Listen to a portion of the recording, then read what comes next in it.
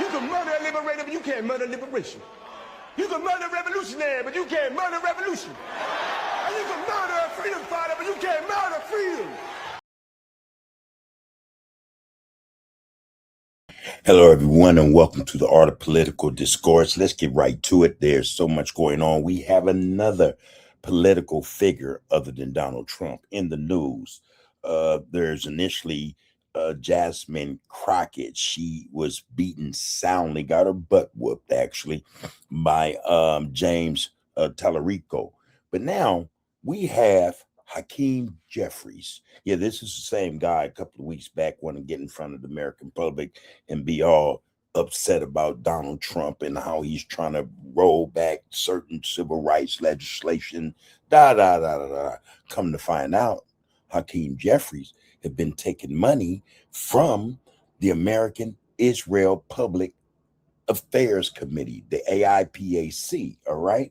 But it's just not that he was taking money from the Zionist state of Israel. That's just not really it, man. It's the fact that how he was doing it. You know, first he tells a lie he's not accepting money. Then, come to find out he is accepting money.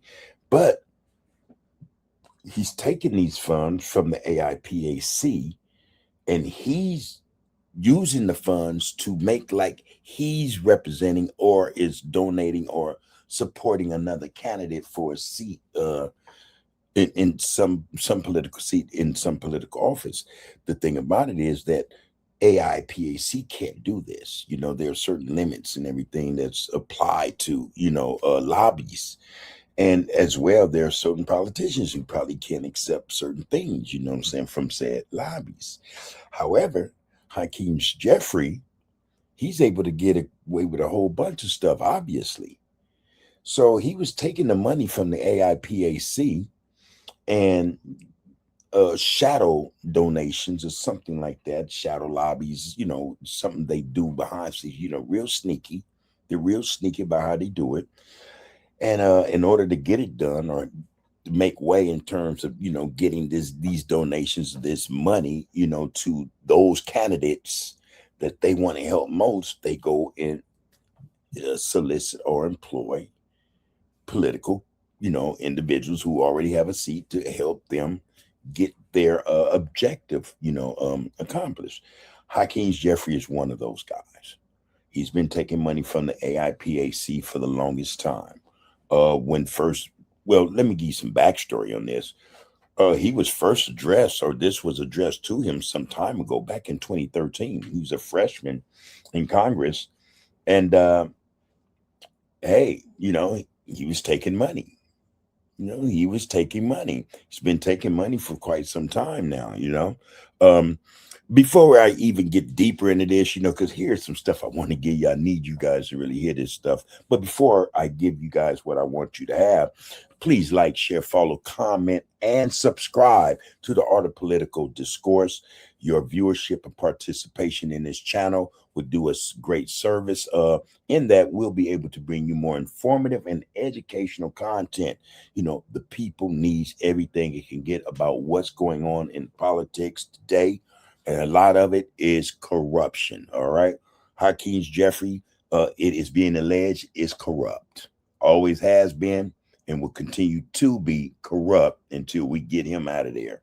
Him and a few others. But anyway, so based on reports, especially in late 2025, House Minority Leader Hakeem Jeffries was accused of House Oversight Committee Chair James Comer. James Comer, I think, is no doubt a Republican, very much in the news himself today. These people. Anyway, of James Comer accused him of having his campaign fundraisers solicit donations from convicted sex offender Jeffrey Epstein. That's in 2013. And I didn't mean to drop that one just yet, but hey, there's a little something for y'all to chew on. Yeah. And so as a result of being accused of that, I could just see it now, man. Hakeem Jeffries being all, just being livid and just how dare you, That's really the show he put on.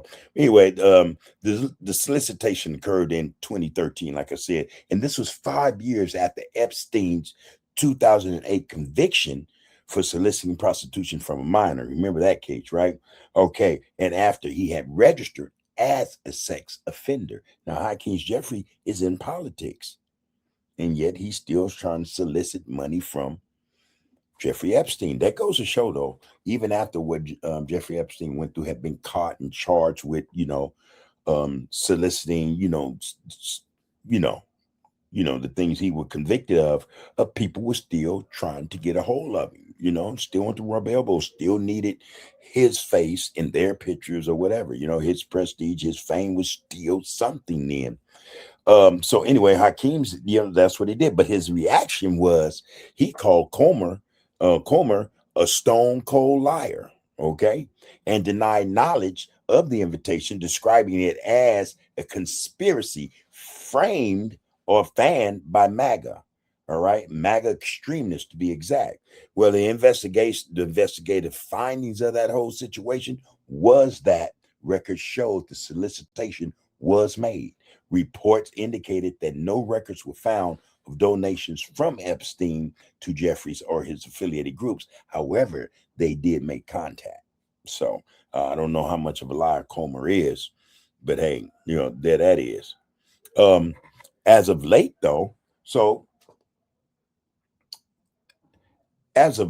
what has Hakeem Jeffries been accused of in terms of PAC money? This is something we're going to find out. Again, I'm going to get to that. So I want you guys to check this clip out I have for you guys. It's very, very informative. Again, I just think this needs to be done. This needs to be done. These people need to be exposed, because these people are saying they're up in, halls of Congress or whatever, representing the people, their constituents. And I'm pretty sure none of these people are getting any of this slush money, this hush money, these shadow donations, and for sure the people need money. The people need a whole lot of money. We have Israel lobbyists shelling out money by the millions just to change, sway, or make an election go a certain way. For who, though? The American people or the Israeli lobbyists? Remains to be seen. Well, here's this piece I want to share with you guys, and this is one, somebody I appreciate. I look at her stuff quite a bit. This is Sabby Sab, all right, and she is cooking. That's the phrase they use nowadays. She's cooking. In other words, she's hot, man. She make it happen, And here she go, and she's talking about Hakeem Jeffries funneling money for the AIPAC, and that's supposed to be illegal. All right, we're going to get into the story here about Hakeem Jeffries. This is something I've been warning people about, just because, some of these candidates are now getting to the point where they're saying that they're not going to take money from AIPAC, but they're still taking money, and they're doing it in a sneaky way. And Hakeem Jeffries is a part of that. So this was called out recently by Drop Site News. There's something shady going on here, folks. Check this out. A shadow super PAC that appears linked to Hakeem Jeffries is swooping in NC4 to back Valerie Foushee over Nida Alam, a rematch of a race AIPAC spent $2 million plus to win in 2022. This appears to be a new backdoor way in for AIPAC, funneling through Hakeem Jeffries. Now I'm gonna tell you, these lobbyists, they deal in multi-million dollars, man, just millions of dollars to have somebody they want in a political seat. Now, and it is funny, no one is asking, no one is, we know where the money is coming from, but why is the money being put on these candidates? What is it about these candidates that has the AIPAC or any PAC, Israeli-backed, lobby or lobbyists going after or going to help put these people into political office? No one's asking this stuff. No one is asking this stuff. Why are they so heavily involved in United States politics? Why they are spending vast amounts of money on U.S. candidates for office? Why? And why are candidates who want to run for office or those politicians already in office taking this money from foreigners? I don't get it. I don't get it. More back to Savvy, man. Savvy gonna tell us a little something, and we're gonna get back though, because I have something else I need to tell you guys about our boy Hakeem Jeffries. This PAC also spent $350K in New Jersey 11, where AIPAC accidentally boosted anti-Zionist and Alila Magia. They're spending over $257,000, mostly on broadcast and NC4. So let me break this down for you folks, because Ryan Grimm was calling this out. And Gen X girl tried to warn people about this last year. But long story short, they know that people are watching the money now. They know that people are checking to see where these candidates are getting money from. And I'm saying, okay, we do that. We watch the money now. But now let's dig a little deeper. Let's try to figure out why that money wants to go to this political candidate. What is it about this political candidate that the Israeli lobby or the Israel lobby wants in office so bad? Why do they want him in office? What's going on? That would be the telltale sign. That right there would tell you the story. We know they spend buku money on elections, on campaigns, but we need to know why they pick these people. See, then that would give us an idea, as to who these people are, what their characters are, what kind of people they are. Do they have integrity? Are they principled?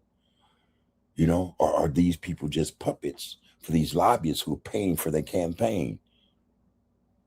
What are their family backgrounds? Are they in debt? So what's going on? By using open secrets is the biggest one to use, right? So AIPAC decided to get sneaky. They're basically using Hakeem Jeffries as a vehicle where, because you already know that Hakeem takes money from AIPAC, right, they're basically going through him. And then now, and I got to say this. So for those of us, for the melanated, let's ask ourselves these questions. These are some serious questions that need to be asked. Why is the brother taking money from AIPAC? Why? That is the American Israel Public Affairs Committee. All right. The AIPAC. Now, all you have to do is go and research what is AIPAC's agenda. What is it that they do? All right. Look into that. Now, we also understand that there's a lot going on with Zionists, the Zionist state of Israel, those who push for certain benefits or, political seats for Israel. There's a lot going on. There's a lot being alleged. All right. One of those allegations, it concerns the Black community. It's been alleged. In fact, this is not an allegation, but there was an Israeli official on television. It's in social media somewhere. It can be found, where she spoke and said that the greatest threat to Israel in America is the Black youth. My question is real simple. If that's the case, if we know this, on the street level, how is it that Hakeem Jeffries doesn't know this? And if he knows this, then why would you continue to take money from an organization that supports or, would even probably defend what this, Israeli official said about Black youth in America being a threat to the Zionist regime of Israel? What the, come on. So that tells you something about the guy. It should not stun anyone, man, in terms of him taking money, and then not only that, understanding that he's bought and paid for. Then he is then endorsing and supporting these other candidates, still funneling in the AIPAC money. So this is why I said it's not enough for a candidate to say that they're just not going to take money from AIPAC. AIPAC has become more sneaky, more sly, and they found other ways to get that money through, hoping that you don't notice it. Ryan Grimm shows you here the PAC spent the money backing Tahisha Way, AIPAC's preferred but ill-fated candidate in New Jersey 11. Now, right quick, Tanisha Way is also a black woman. The woman Mohia, who they're trying to defeat, whose campaign they're trying to overcome or defeat, I think she's maybe Hispanic. Mahia, maybe she's Hispanic, but obviously, whatever it is about Mahia, she doesn't agree with AIPAC's, again, agenda. She does not agree with him, whereas the sister does. Because you just don't put money behind people that you know what I mean, you're not supporting or don't think will support your cause. It just doesn't make any sense. Now they're spending over $250K plus for Fushi. This comes after Hakeem Jeffries named Fushi to be one of the 3 Dems on an AI task force, which then invited huge $700,000 and counting AI money to get in behind her. So here's a PAC here, Schedule E, Independent Expenditures. Here's the filing number. Here's the committee, Article 1 PAC, ALAL. Sorry, I thought that was AI. AL Media LLC. And this is what they do, guys. They have these other PACs. He called them shadow PACs. I think that's the right term. Shadow PACs. Yeah, so there's no doubt that Hakeem Jeffries is corrupt. Come on, let's just call a spade, and that spade is corrupt. But again, there have been accusations leveled against him in terms of his trying to or attempting to solicit Jeffrey Epstein. The Overhouse Committee, like I mentioned, Congressman James Comer, he had, and he's a Republican, I think of from Kentucky, but anyway, he accused him. He alleged that in 2013, Hakeem Jeffrey consulted with the Jeffrey Epstein, office or whatever, in his early campaign, and he directly solicited funds from Jeffrey Epstein, and that's not, something made up, but the allegation initially was allegation, but it was found out to be true. But it stemmed from emails. Go figure. All right. It stemmed from emails, Epstein emails. Okay. Yeah, but in terms of responding to the accusation, Jeffrey, he had denied it. That's what they do: deny. Calling Comer a stone-cold liar, as I mentioned. He went on to say he had no idea what Comer was talking about, in terms of anything, any prior, consultant, what any prior consultant may have had with Epstein. But anyway, the accusations of misleading on the AIPAC, money, in 2025, there was a progressive news outlet, I think it's called Sludge Report, that Jeffries misled the public about the extent of donations he received from the AIPAC, all right? And that is a pact, all right? Anyway, while Jeffries claimed the AIPAC only contributes to standard $5,000 to $10,000 per cycle, Sludge reported that AIPAC has flooded his campaign with over $1 million in earmarked donations, making it a major source of his funding. All right. They have these other PACs that they use, like AL Media, or it could be named anything else. And they'll use this to funnel money through. So you can see it here. Name of federal candidate supported or opposed by expenditure, Tahisha Way. Amount expended. Look at all the money here. Over $350,000, right? So they use these shadow PACs to donate money to a candidate without you knowing that they're donating the money. So instead of using just a super PAC, they're now using a shadow PAC. And that's how they still get those candidates to do their bidding. Who is Tanisha Way, political candidate? And again, she just hit the nail on the head. Tanisha Ware is an American attorney and politician, serving as the 3rd Lieutenant General of New Jersey and as the 34th Secretary of State, holding both roles since her appointment in September 2023. She's a Democrat. She is a former administrative law judge and county commissioner who has been a prominent figure in New Jersey state government, focusing on voting rights, affordability, and economic development.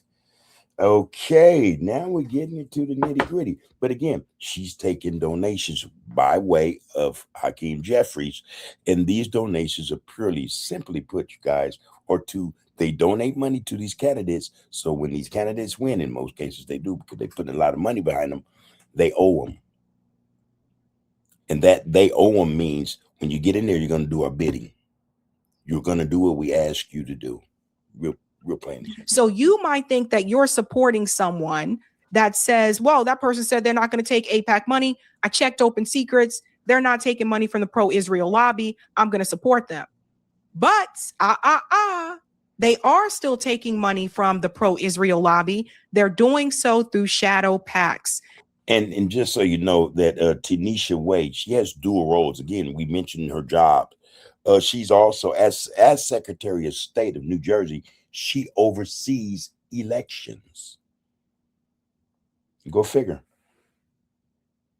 Go figure. And as Lieutenant Governor, she works on policy, including mental health and wealth disparity.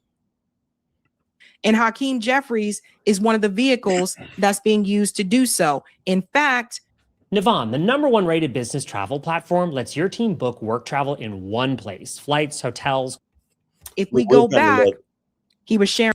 We're going to end that because, the point has been made, I'm quite sure. And thank you again. We want to send a kudos or shout out to Sabby Sabs for fair use of her clip. Here's the thing. Hakeem Jeffries he's corrupt. Here's another black man in a position to do something, do better, not just for himself, but for his people, but rather do that, he goes into politics and he becomes corrupt. He becomes a puppet.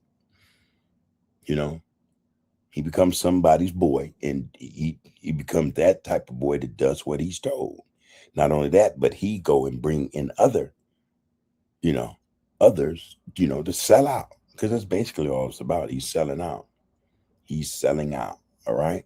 So it should be no surprise to anyone. But the fact of the matter that Hakeem Jeffries have been playing this role for so long, it's kind of, it makes you wonder.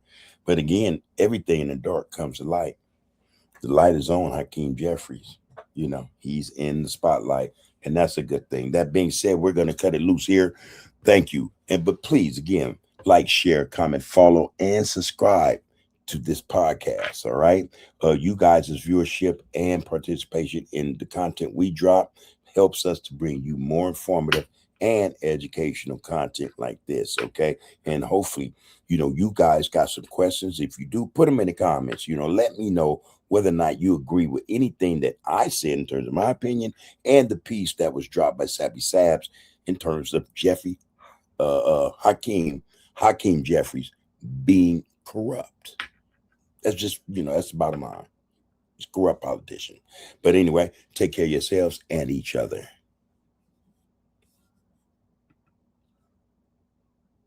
You can murder a liberator, but you can't murder liberation. You can murder a revolutionary, but you can't murder revolution. And you can murder a freedom fighter, but you can't